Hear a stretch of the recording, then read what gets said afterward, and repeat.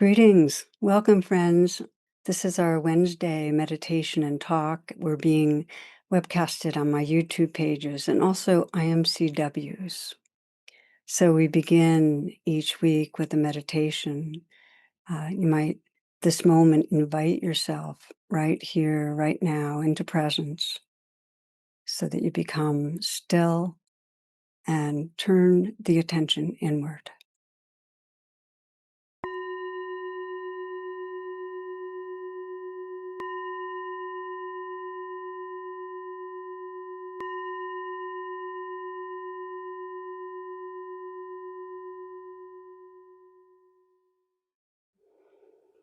As a way of starting our reflection, I'd like to read you a verse from the poet Dorothy Hunt.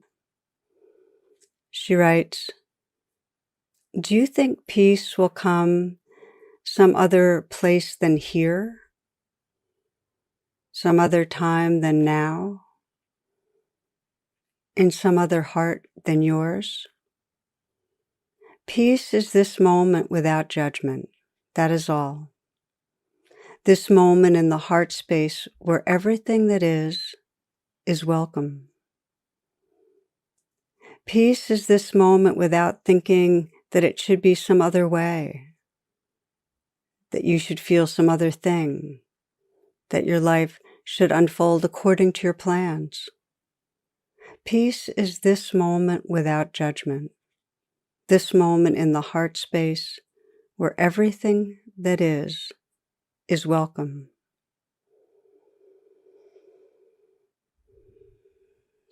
So you might sense that intention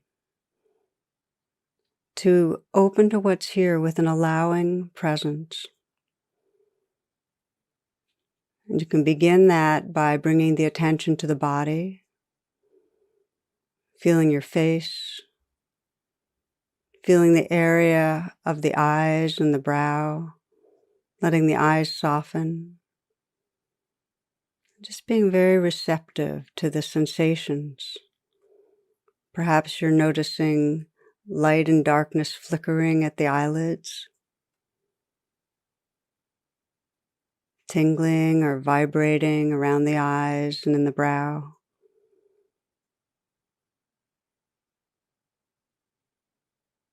In a similar way, you might bring a slight smile to the mouth and then feel that smile on the inside of the mouth. A relaxed, receptive attention to the sensations in the tongue, gums, teeth, lips.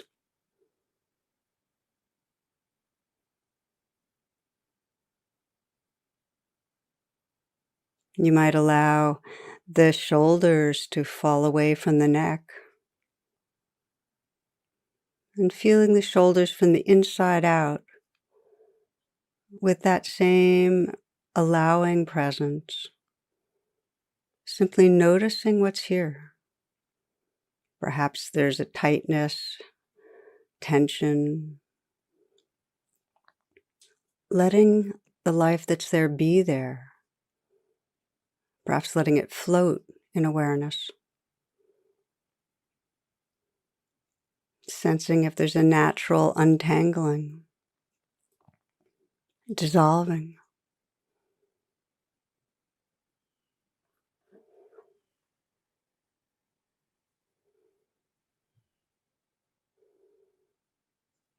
Letting the hands rest in an easy and effortless way, softening a bit, softening again. And then feeling from the inside out the aliveness in the hands, just letting life be as it is, meeting this life with a intimate, receptive presence.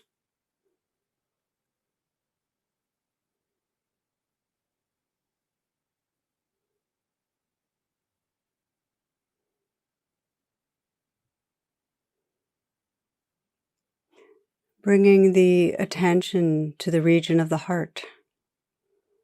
And sensing the state of your heart right now, what you're aware of physically, the sensations, whether there's tension, numbness, aliveness,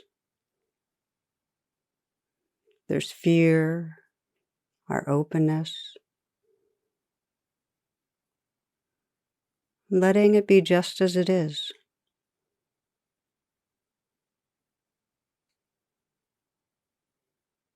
Noticing what happens when there's a really allowing presence.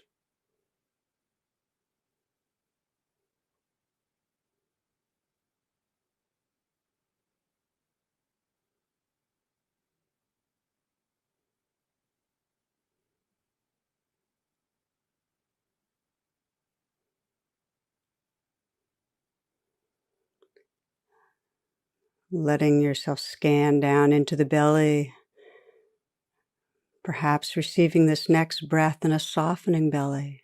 This breath, and now this one. Letting the belly be filled with awareness. Noticing the experience from the inside out, whether it's numbness, agitation, fullness, whether there's fear. And again, meeting what's here with a receptive, allowing presence.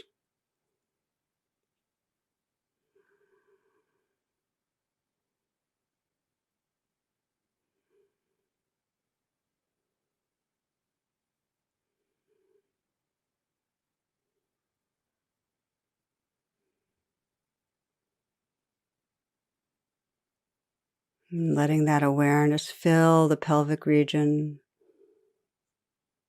Again, a receptivity, open to the life that's here.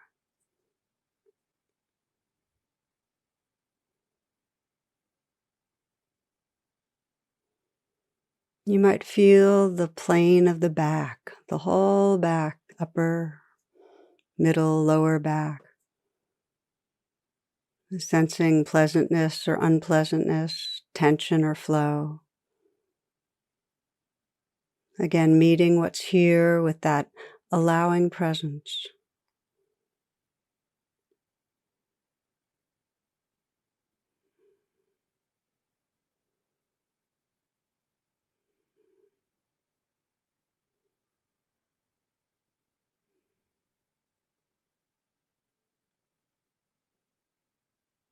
Aware of the legs, length, the weight, the volume of your legs.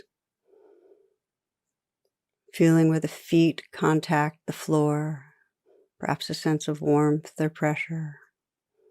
Feeling inside the feet. Feeling the aliveness that's there.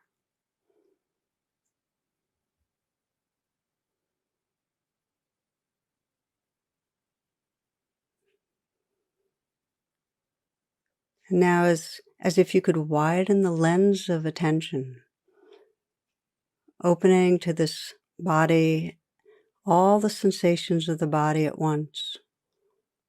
This energy body, this field of sensation.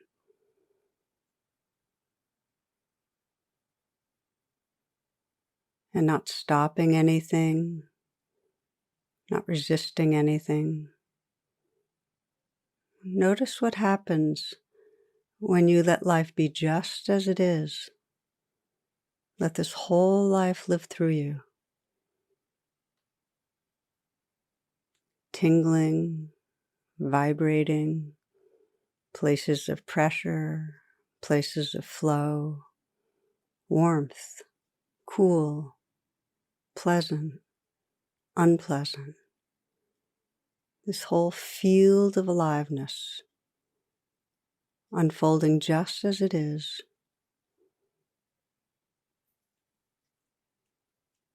Meeting this life with a intimate, receptive, allowing presence.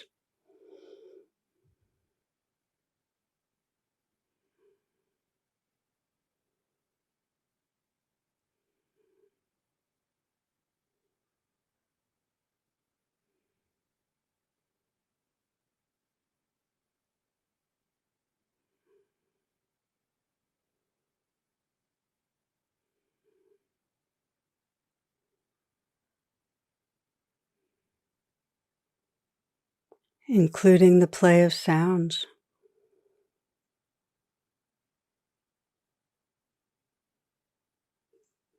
the close-in sounds, listening into the space that's here,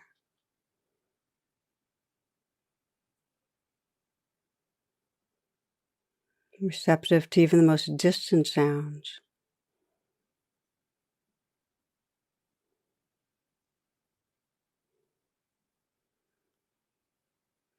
Resting in that vast awareness that includes the most distant sounds, that includes this whole dance of aliveness, so that you're listening to and feeling the changing flow, allowing life to be just as it is, moment to moment.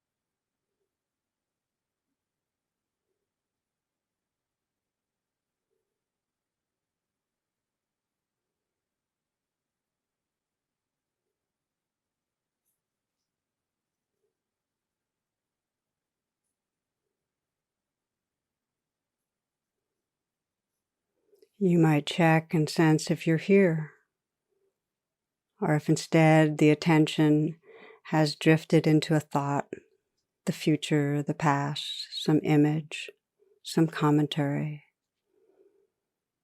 And if there's been that drifting, let this be a moment of arriving again, without any judgment, simply reopening the sense doors so that you can listen to the actual sounds of the moment.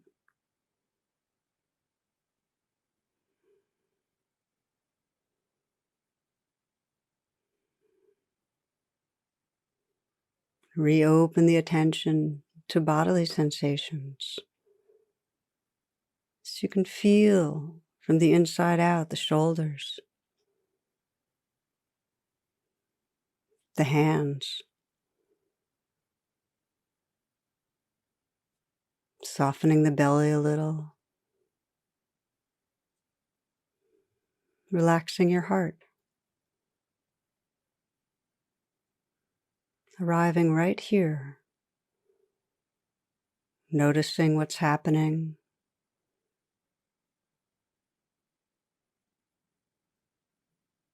meeting the moment with that receptivity, that allowing presence. You're saying yes to the life that's here,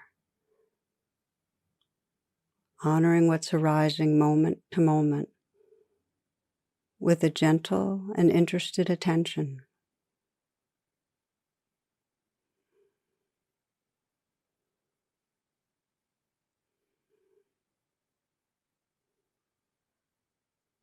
And for some, if you find what's right here is challenging, perhaps feeling physical sensations of pain, unpleasantness, perhaps a difficult emotion like fear, then let the yes become even more tender. Let the presence be even more receptive and gentle. So there's actually a sense of kindness, meeting what's here with kindness.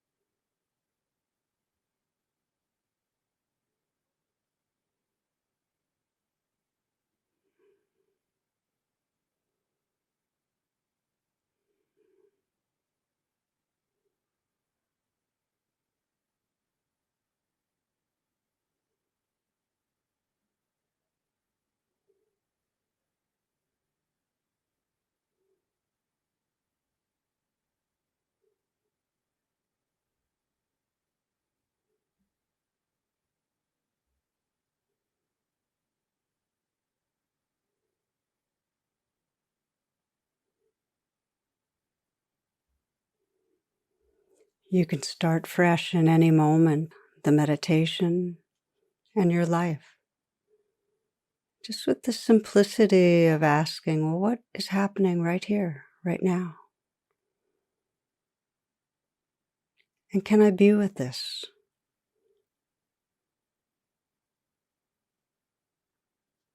Can I meet this moment with a receptive, gentle, interested attention?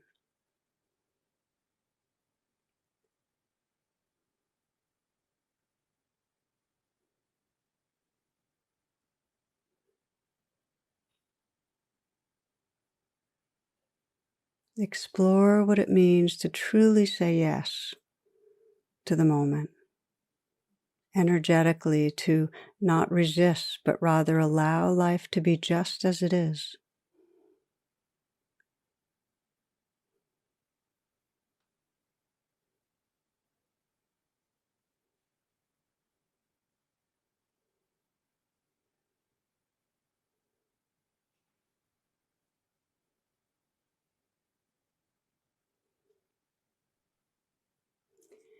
Peace is this moment without judgment. That is all. This moment in the heart space where everything that is welcome.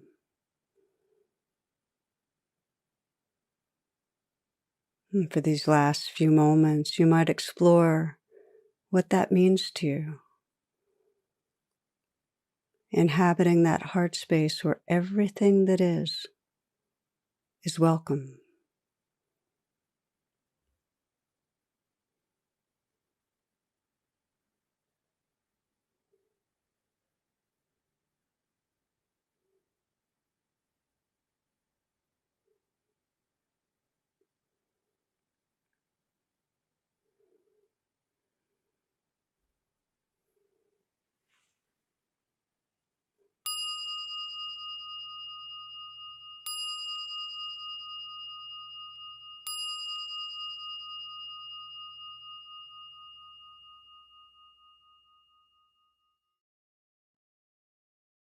You might take a few full breaths, gently making that transition from a formal meditation into informal mindfulness. Eyes open, moving around. Make some announcements for these upcoming weeks. Please check tarabrach.com for my virtual offerings, and also check imcw.org for live stream offerings made available by our local teachers here. The Shared Experience Sanghas this coming week are seniors, young adults, teens of color mindfulness group, and Heart With. I hope you'll explore our mindful dialogue. That's right after the talk, getting together with different people in the community, getting to know each other, and exploring however the talk landed for you and what's going on in your life in terms of this path of practice. So the call-in information is tarabrach.com/class. Also mention each week Dana, which is the word for generosity, and just to let you know that we offer these teachings, these talks and meditations out of love for this path.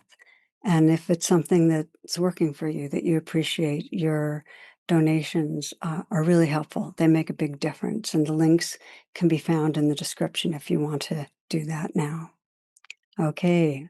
Thank you, friends. Here is now this week's talk.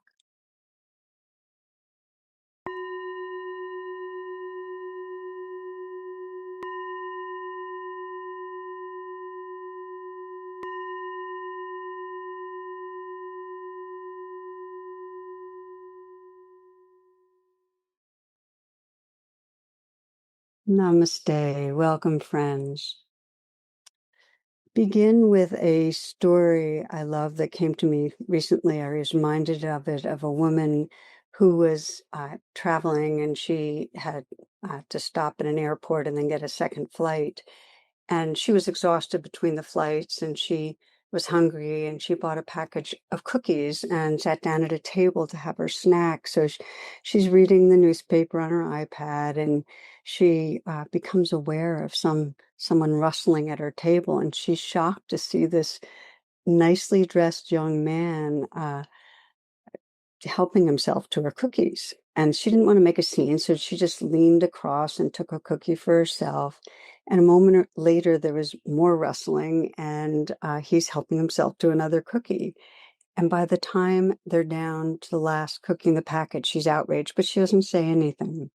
So before leaving the table, the man broke the last cookie in two and left half for her. And so a bit later, she leaves, goes to her gate, and she reaches into her bag for her iPhone for her e-ticket. And you can imagine her surprise and her embarrassment when she found her package of the cookies. She had been eating his. So it's humbling, the stories that we tell ourselves, what we imagine, what we expect, what we think is going on. And it's interesting to consider what happens when we're regularly imagining that people are going to take advantage of us, that we can't trust people. And what does that put out into the world? And how does it affect our own bodies, our own hearts, our relationships, how we live? And just to contrast, what happens when instead we move through our life imagining others to be essentially good-hearted? Now, some may think, well, that kind of trust is a setup to being manipulated or abused, taken advantage of.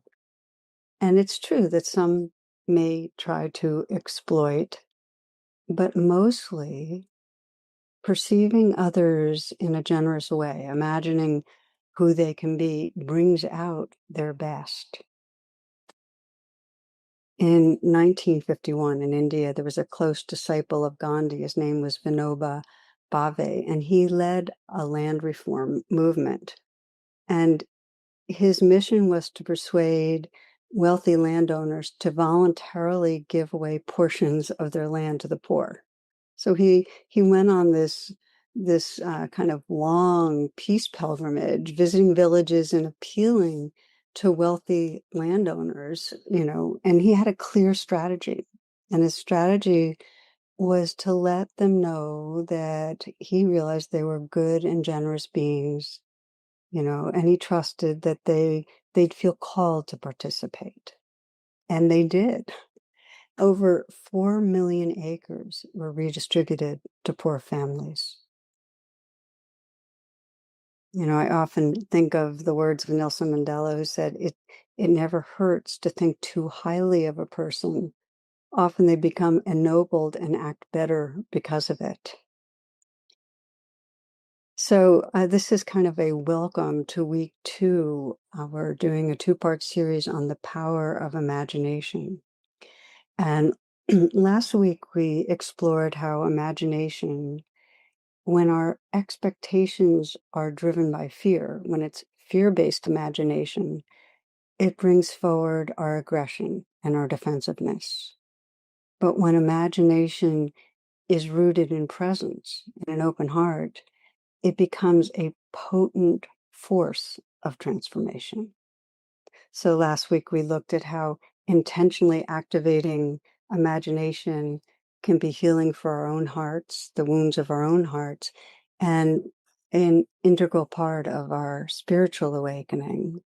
And we'll extend upon this today, looking at how when we activate our imagination, it brings more intimacy to our relationships and even more broadly, fostering positive social change, our relationship with our larger community of all beings. So starting with the more personal circles of relationship, we're going to look at how, if we're present, we can actually very naturally access our imagination. Being present makes it possible to attune to deeper truths about each other, unmet needs, and really where the good is. And there's a physiological correlation that mirror neurons are part of the brain's apparatus for imagination. In other words, they allow us to internally stimulate and feel what others experience. Okay, this is, I think, Gary Larson. He has this cartoon where 2 women are behind a locked door and they're peeping through this window and there's a monster on the doorstep. And one saying to the other, "Calm down, Edna. Yes, it is a giant, hideous insect, but maybe it's a giant, hideous insect in need of help." You can feel Edna's friends was very present. Her mirror neurons and imagination was active. So, okay, we'll ground it in a real story. This is something I experienced working with a woman some years back. She was in her late 50s, and she had always, through her life, been triggered by her younger sister. At family gatherings, whenever they were together in different groups of people, she just felt really impatient and critical of what she saw as her younger sister's self-centeredness or neediness. She was always talking, always trying to get attention to her. And the story in her mind was she's never grown up. She always makes everything about her. So over the decades, this story had hardened really into a kind of quiet but persistent wall, real distance. So she came to a retreat that I was leading, and during the retreat, I invited those that were there to bring someone to mind with whom they felt judgment or separation. And so she pictured her sister. And as she became mindful of it, she noticed that tightening in the chest, that familiar swirl of judgment, of distaste, really. And because she was being guided in a meditation, she stayed present with it. And I invited her and everyone there to step past their judgment, instead of believing judgment, to really look more deeply. And so she started wondering about her sister. What happened to you to make you like this? She imagined her sister as a young child who was scared and who was longing to be seen. And then naturally felt more tender. And it was from that tenderness she could visualize her sister as happy, as feeling when she felt safe or valued or belonging, when her needs were met. Um, she could see her sister happy. She could see her sister's light, the brightness and the creativity and the humor and the aliveness, which were there, but often kind of blocked by her old habits. So what she was able to do is see her sister as who she's becoming as an evolving adult. And she let both images be there, the vulnerable young unseen child and the more luminous adult with spirit shining through. She let both live in her heart. So after a retreat, she told me that their next conversation felt different. She wasn't trying to avoid her sister or fix her sister, or she wasn't reacting. She was perceiving with new eyes because something had shifted, that her presence and her imagination had allowed her to see through the layers of personality to something more whole and more true. And what most struck her was her sister must have perceived that shift in her, because her sister was more relaxed and more full of questions about the retreat. They joked, even her sister was joking about how if she was at a silent retreat, she'd probably be talking to doorknobs. There was a flow. So, and there's more to this story. This woman, soon after that retreat, was diagnosed with breast cancer, and her younger sister became a main support through the months of chemo. They actually grew quite close, and she shared with me about a year later, and she's in remission. She shared with me, I'm grateful and sad. She said, "Why did I wait so long?" It moved me because judgment separates. It's sad to sense the months and the decades of distance that can happen when our brain is drawing on old information to evaluate and filter our experience, and we just tense against others. So mindfulness helps us recognize and quiet judgment enough so that we can activate that imagination that lets us see fresh, see in new ways. Because really, to love someone is to imagine them fully, both just as they are now with their natural human vulnerability and as they are becoming. Because people change, people evolve, and we can sense this. We can sense people evolving, their potential to manifest spirit, and we can support it. Because judging is such a persistent force in our psyches, and because it confines our minds, it requires being purposeful, on purpose, seeing and waking up from the judging mind so we can imagine something larger and more true.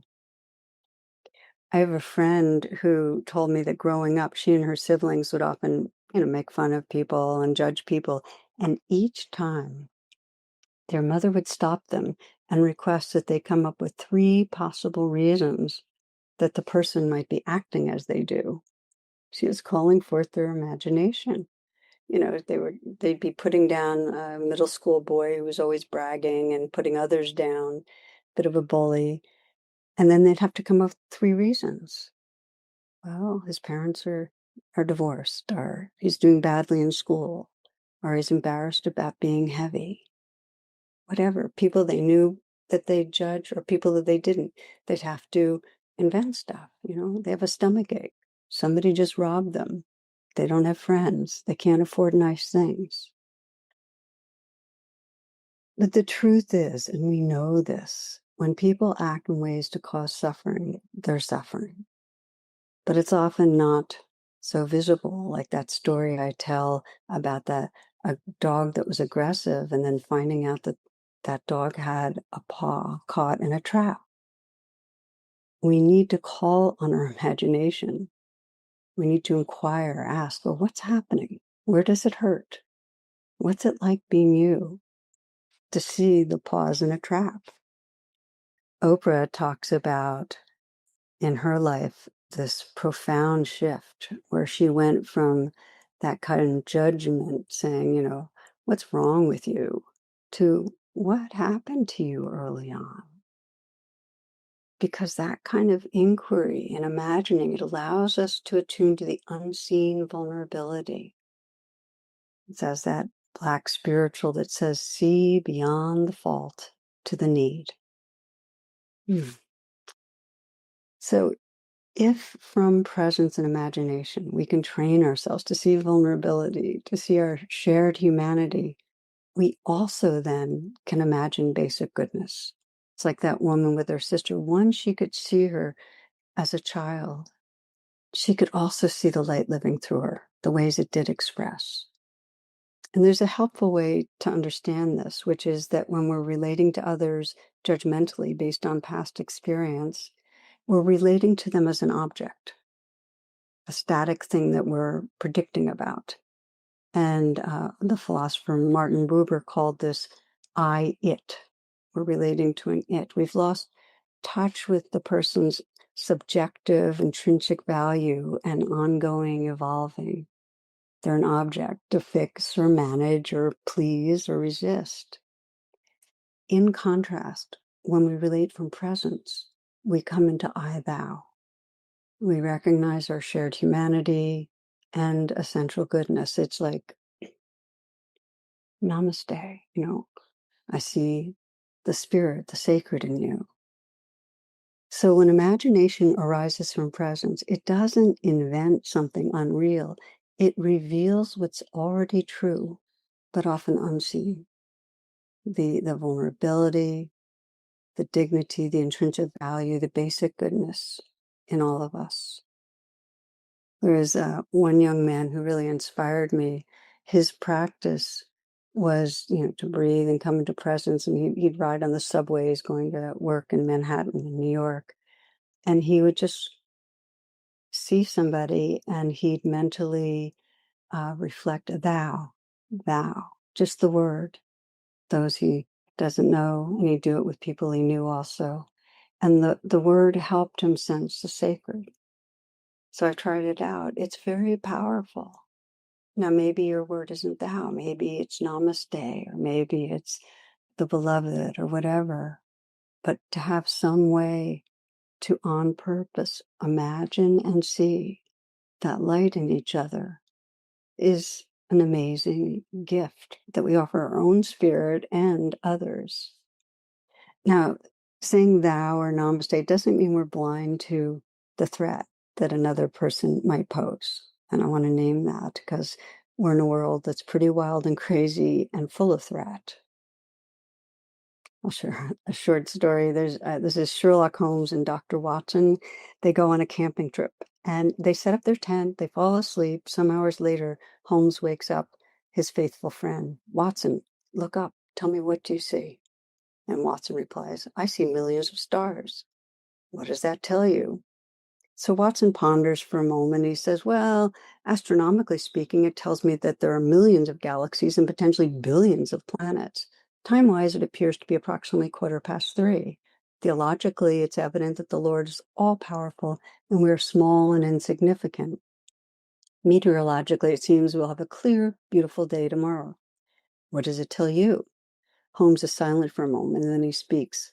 Watson, you idiot. Someone has stolen our tent.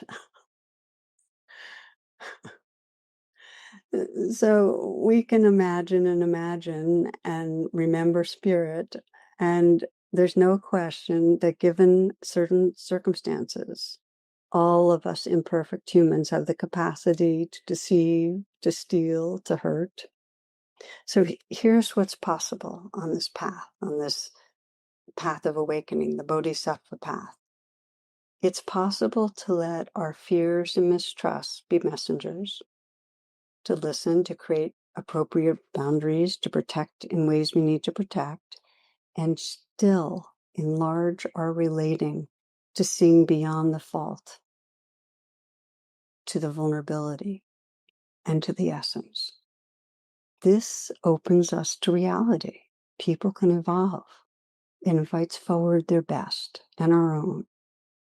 And I think we underestimate the power of imagining each other's potential, of reminding each other of goodness. Not talking about flattering, truly mirroring. It's like Arne Garborg saying, to love a person is to learn the song that is in their heart and to sing it to them when they have forgotten. And to know people forget a lot. So we're going to practice. We'll do our first practice. We're going to do a few during this time together. And in this first one, take a moment, wherever you are, just to pause and sense yourself pausing.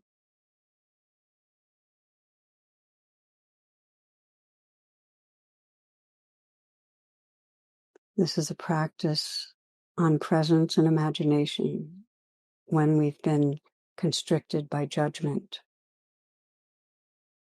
So feeling that pause, feeling your breath, feeling your body.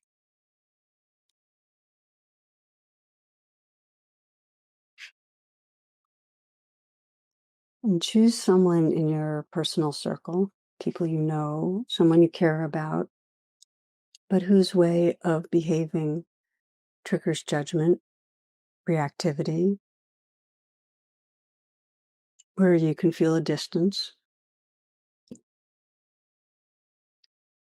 So you're choosing someone that's not a major threat, where there's not big trauma involved, but someone where you just get reactive, annoyed, angry, resentful, and there's just been a kind of judgment and distance.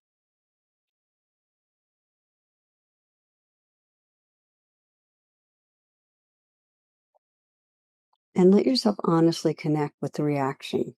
Like you might have a time in mind where they triggered you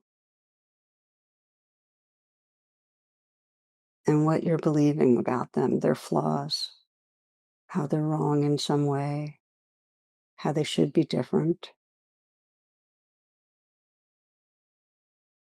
And to let yourself actually feel what happens inside you when they are being the way they are. Just what comes up, honestly. Anger, dislike, distaste, fear. And with whatever comes up, hold it with compassion. Give a total green light to whatever comes up inside you. Forgive the reaction. Accept it. Be kind towards it.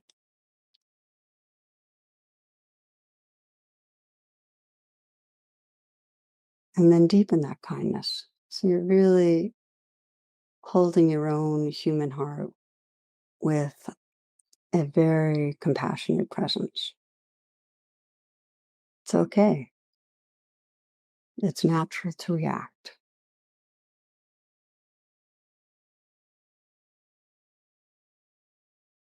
And then from that presence, and breathe and feel a little more space inside you and around you. From that presence, see if you can look at the other with eyes of curiosity, interest.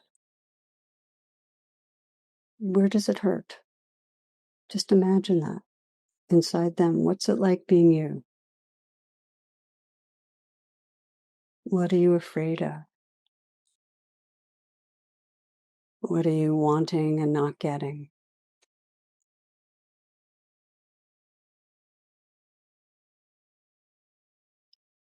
You might imagine them not as their behavior, but as a younger version of themselves and vulnerable. What's the longing? What's the need? Is the need to be seen or valued,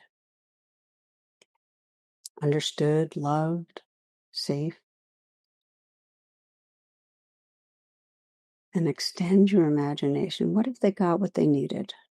Just imagine them getting that, feeling safe, feeling loved, feeling seen, so that the layers of their reactivity can drop away and just see the more true, free version of them. when they're happy, peaceful, feeling loving and loved. See who they are becoming. You might even mentally whisper thou or namaste, in some way honoring their spirit.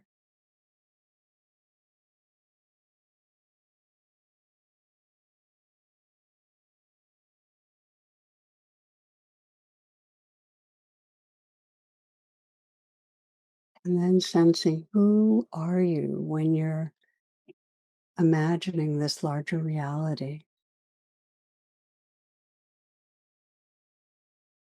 And what's possible in your relationship with this other being? What becomes possible?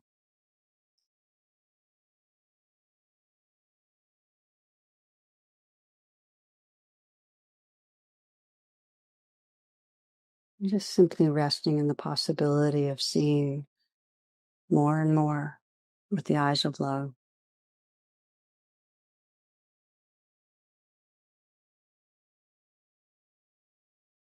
And as you're ready, take a few full breaths, and if your eyes are closed, open your eyes.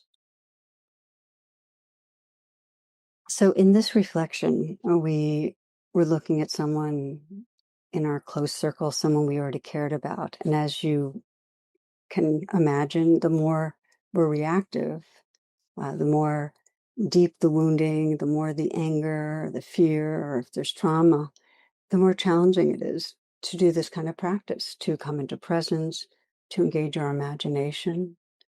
Um, and that is collectively what's happening right now. Our world is unraveling, and we're in a kind of reactivity that it's very hard to see others that we consider as bad others, where we're judging. It's very difficult to see past the trance, to come into presence, to see more deeply and fully. And there's good reason. We are definitely feeling an existential threat, and climate disasters are multiplying. As violence and war crimes continuing unchecked, humanitarian crises deepening right before our eyes, compassion-based programs dismantled. A lot of good in the world is being undone. I mean, the U.S. slashed foreign aid, and there's prediction will be about 14 million deaths. And in the United States, we're anticipating about 16 million losing health insurance. And those in power increasingly severed from the reality of human suffering. So there's an unraveling. How do we respond? So I'd like to share a myth that I heard, and I heard this through Michael Mead. And it's an old native story, and it doesn't begin with once upon a time, it begins with this time. And that's important. And it says that every human is searching for true wisdom, love, awakening. And it lies right here, nearby in a cave, but always nearby. But we don't find it as we're distracted by the rush of modern life, the trance, the anxiety, the reactivity, the speed of these times.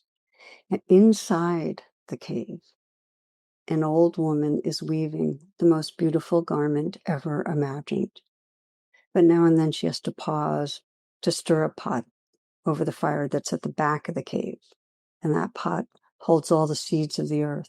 And if it's left unstirred, the seeds will burn and life itself will vanish. As she has to go to the back of the cave and stir the pot. But while she's away, a black dog slips in and unravels her weaving, thread by thread, until only chaos remains.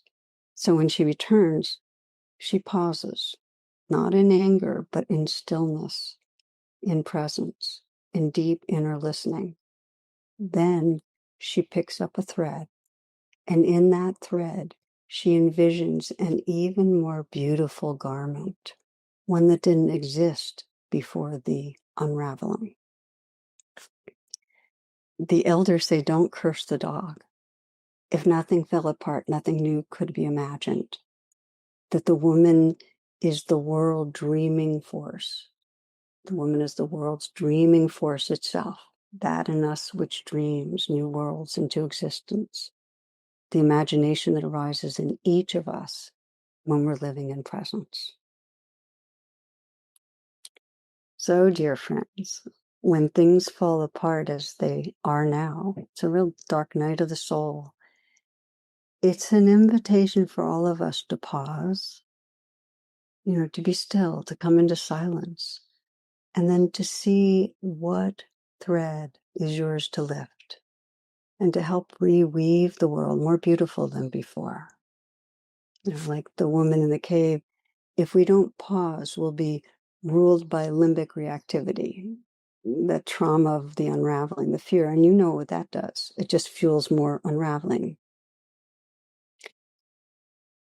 About a week ago, I led a gathering. I do this once every few months for a group of Palestinians, many of whom live in Israel, some are in other Arab countries. And there's much trauma. I mean, many of them have family and friends, either some who are in, Gaza, the devastated land where they're struggling for food, for basics.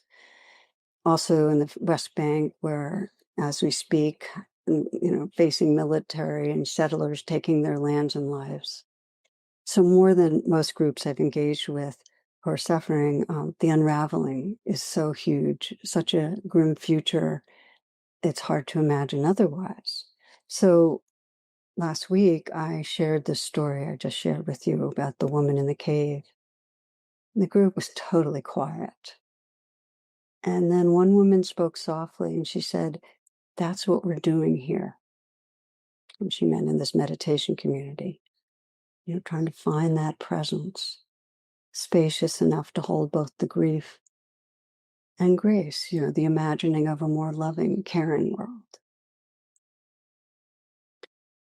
When I lose perspective, which can happen any time I'm reading the news or listening to the news, it helps me to look to the past, to some of humanity's most harrowing times, and just see that when healing and transformation arose, they came from presence and imagination.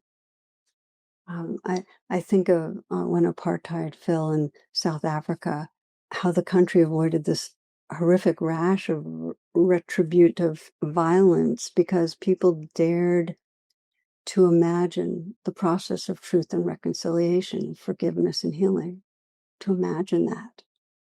And then in the American South, civil rights leaders like Martin Luther King and John Lewis and the freedom riders imagine love as a weapon more powerful than hatred, that they could disrupt injustice through nonviolent resistance, a world where love alone can heal. And I think of Sri Lanka. They had 26 years of this devastating civil war. And a great leader emerged, A.T.R. Yatane, and he had a trust in what's called Sarvodaya, which means everyone waking up together, that it was possible. This is a vision he had after 26 years of civil war, that the different sides could get together to serve the well-being of all. And he had a 500-year peace plan. This is a visionary plan. It went beyond a lifetime. That included rebuilding, helping each other rebuild their sides. He just died last year. I had the blessing of meeting him online before his death.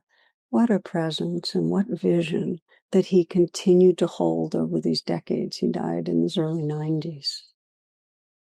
And then this June, after the ice raids in Los Angeles, many of you have heard of Valerie Carr. She is established the Revolutionary Love movement, and she's a dear friend. She placed flowers at the feet of the military that were guarding the detention center. And just listen to her words, because you can feel the weaving of a new world. She says, this is what she spoke to those that were there, the military. She says, "To all of you soldiers, officers, and agents, who do you want to be in this moment of history? How do you want the child in your life to remember you? Did you really take this job to go to war with your own people? What does it look like for you to choose courage right now? It may require you to make a sacrifice. We come here with flowers, we come here with flowers, and we will keep coming here with flowers. As long as you hold our people in those cages, in the detention centers, we'll come here with flowers. With our ancestors at our backs, we'll come here with flowers. With love as our guide, and with the eyes of a sage and the heart of a warrior, we will come here with flowers. As long as we breathe, we will come here with flowers until we're all free. As long as you are here and they are there, our loved ones in this building, we will come here with flowers.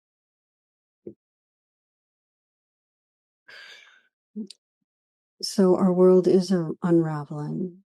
The dog that's pulling the threads is the dog of fear. And we need to meet with flowers and love and action. We need to envision a more beautiful world.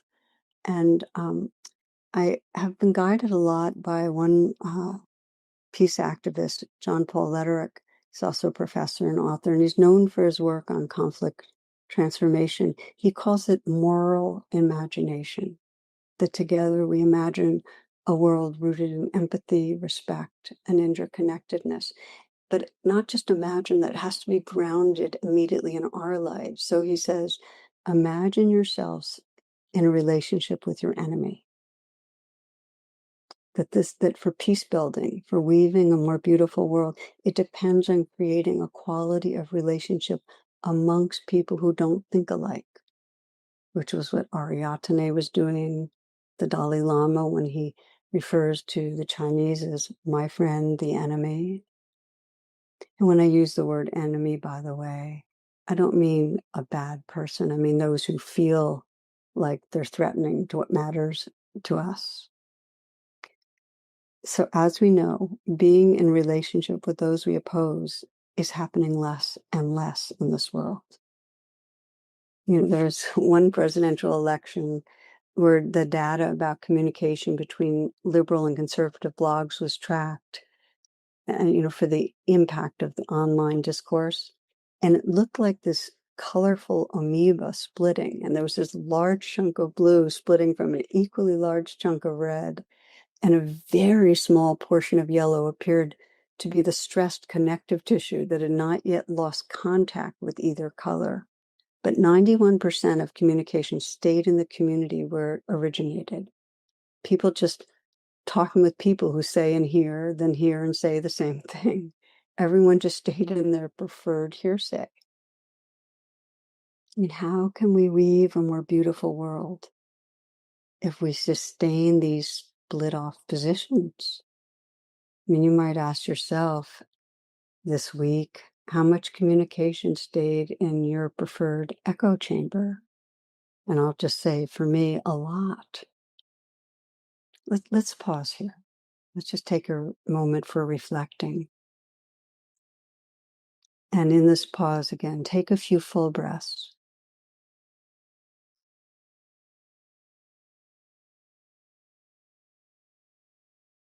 Inviting yourself into presence. And you might sense what happens when you imagine yourself in relationship with your enemy. And by that I mean someone that's part of a group that feels threatening, politically or culturally. So imagine someone that you know personally or not, being in relationship with that person, meaning talking and then talking again and then again, listening, seeking to understand. So you're in relationship not to agree, not to excuse, but to understand, to find out what connection is possible. Just imagine that.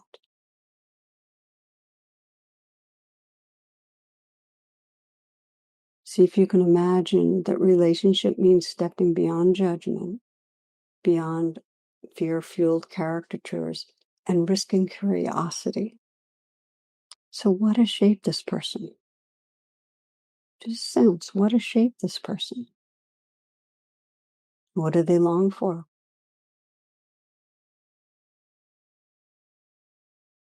what matters to them deeply. Is it family, safety? What do they love? Can you imagine learning something, feeling some connection?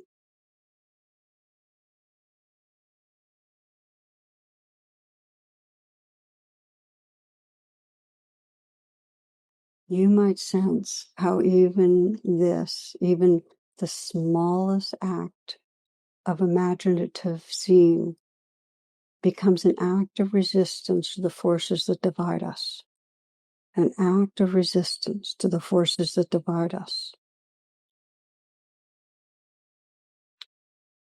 So we're going to explore for the remainder that if this imagining leads us to engage, talking to our enemy, working together towards collective well-being, in some way serving the greater good, if we engage, we become part of what Martin Luther King called soul force. We begin to reweave belonging. And I want to name that for so many in these times, it's become really clear it's not easy to engage, to try to be of help. I mean, so many people have shared with me that the world's going to hell and I feel guilty. I'm not doing anything, I'm not doing enough. And when we investigate together, we find out it's not apathy. It's not apathy, it's overwhelm. There's just so many crises. And there's a sense of powerlessness. How can I make a difference? We're in fight, flight, freeze, we're in freeze in the face of the enormity. So then what happens? There's a retreat into distraction or cynicism or numbness. And when that happens, we feel separate and our imagination's being run by fear. What else can go wrong and will go wrong? And it's a trance. The dog is unraveled and we're reacting in a limbic trance. So for most of us facing this great unraveling, a primary part of trance, and this feels really important, I know in my life, to keep recognizing, a primary part of the trance is the story that this ego self is supposed to make a difference, should do more, and is not doing enough. And when activists operate off of this notion that I'm supposed to make a difference, they burn out. If we right now approach this collective unraveling and think of it as a solo activity, and if we're judging our contributions, there'll either be paralysis or burnout. And the reason? The I, the sense of self, is too small to change the world. But there's a larger truth. So here I come to one of my more favorite stories about this guy who's lost and he drives his car into a ditch, bad weather, couldn't see much. So he walks to a nearby farm for help. And when he asks for help, the farmer points to this old, nearly blind mule named Warwick. The farmer says, Warwick can get you out of that ditch. The man's skeptical, but the farmer insists. So the farmer hitches Warwick to the car and shouts, pull Fred, pull Jack, pull Ted, pull Warwick. And the mule just pulls the car right out of the ditch. So amazed, the guy says, well, why'd you call out all those other names before you called Warwick? Farmer grins. He says, oh, Warwick, he's just about blind. As long as he believes he's part of a team, he doesn't mind pulling. So, friends, we need to know we're part of a team, that we're part of something larger, that we're holding hands, or else we're going to feel overwhelmed. In the Bodhisattva tradition, it's not the self or the ego that's helping. It's we're all awakening and working together. Everyone awakening together. And the truth is, we belong to a shared stream of evolving consciousness. You probably know that well-known quote from Fred Rogers. When I was a boy, I would see scary things in the news, and my mother would say, look for the helpers. You'll always find people who are helping. We're part of that. It takes imagining, because there's such a strong fix on bad players and feeling separate. So for me, I regularly reflect on and imagine beings from the past who cared deeply helping in small and large ways. Beings now all over who are caring about those who are most vulnerable, who are trying to help, and those in the future, our descendants, our great-great-grandchildren who will be trying to serve our world. I think of that and I sense all those times merged. There is caring, there is helping. We are part of that. And when I can feel being part of that stream, it's empowering and it guides me.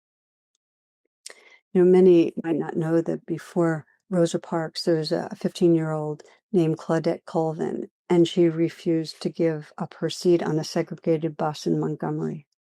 And when she was asked why, she said she was thinking of the injustice done to her ancestors.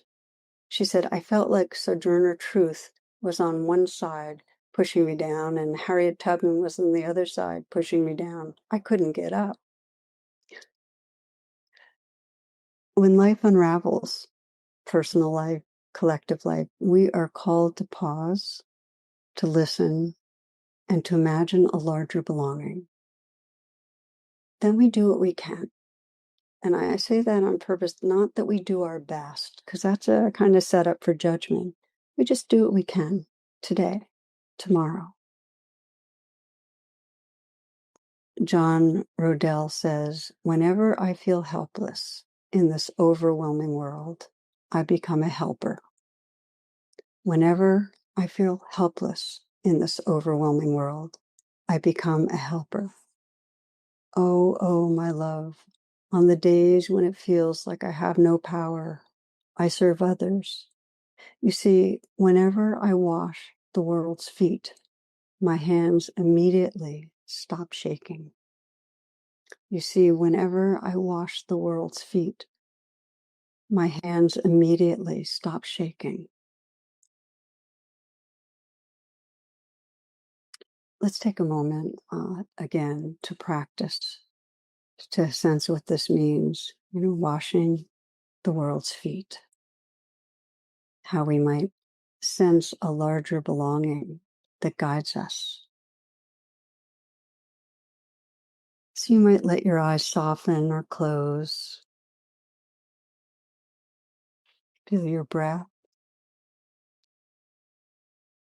and feel the ground beneath you. Feel this body, this moment, held in something larger.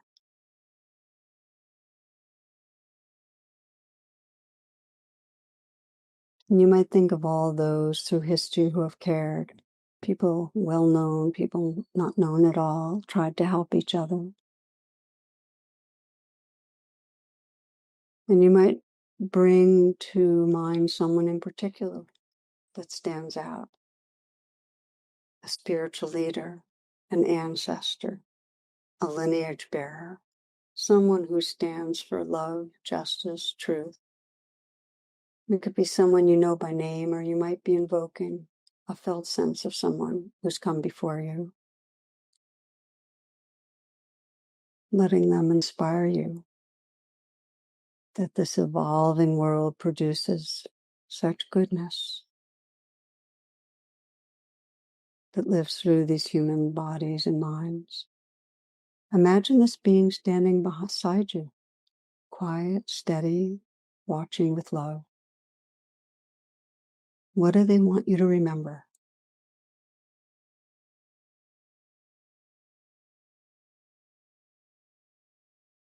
What strength or vision are they offering you now?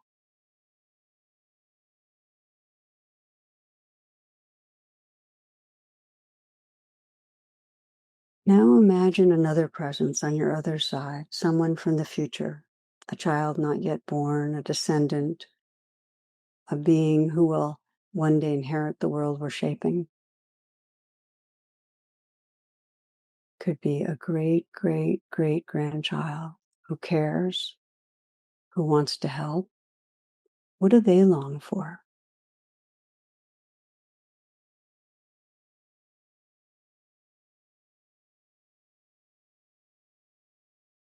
What guidance are they whispering back to you from the time ahead?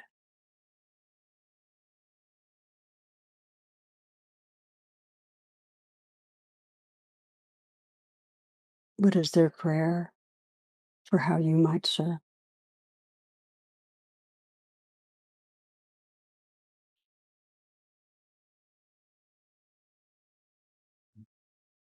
Let yourself rest for a moment between these two presences, the wisdom of the past, the call of the future. Feel all those carrying now, all of us. Sense yourself as a part of a sacred stream of awakening.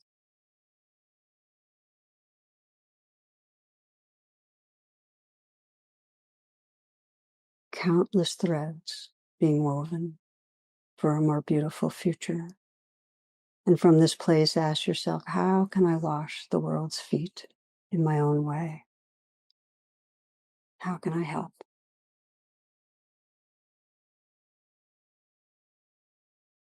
What is love asking?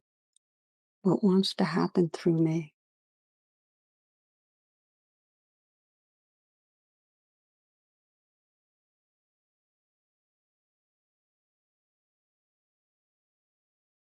No need to solve. Just listen and perhaps keep listening. It's an ongoing, unfolding inquiry. How can I wash the world's feet?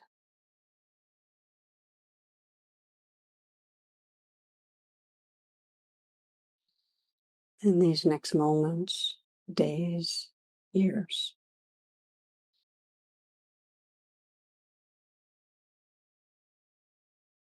And breathing gently. When you're ready, if your eyes are closed, opening your eyes and carrying the thread of whatever you have felt, envisioned, thought.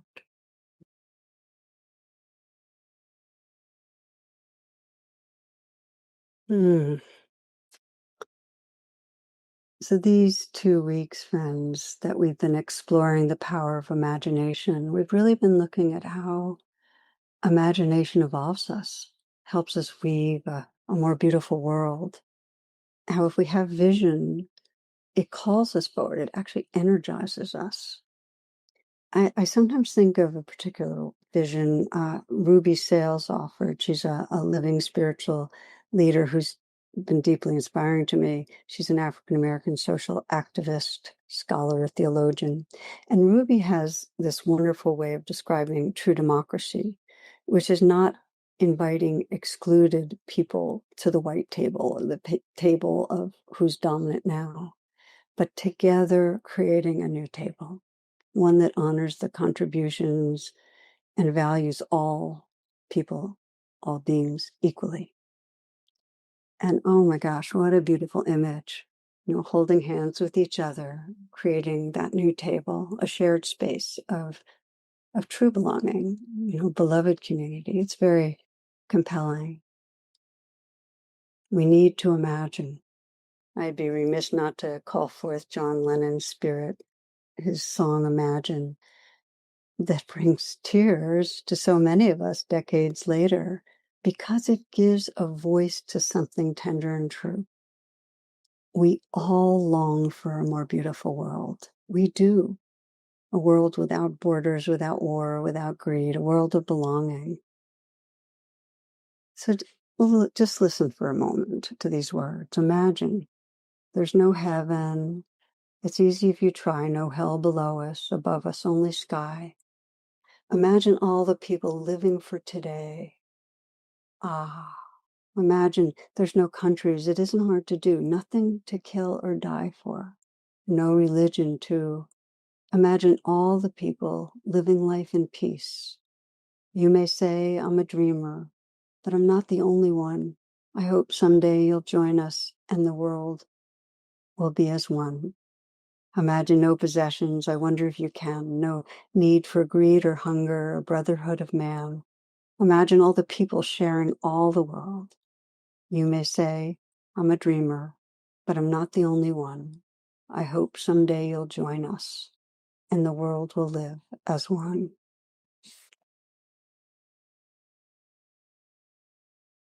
So as we close together, you might take a moment to feel into that place in you that longs for a more peaceful, loving world,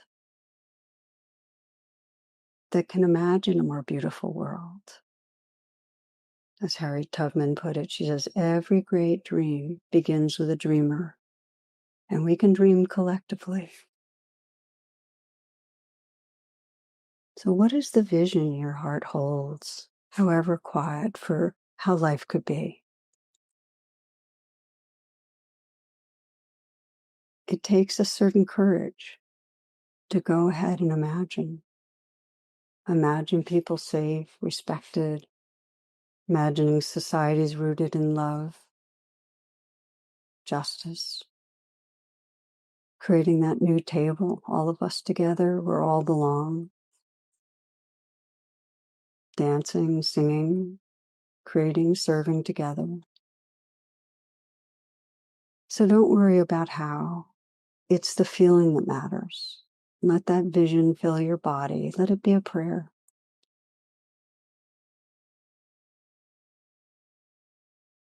May we do what we can. May we find ways to wash the world's feet. May we create that more beautiful world together.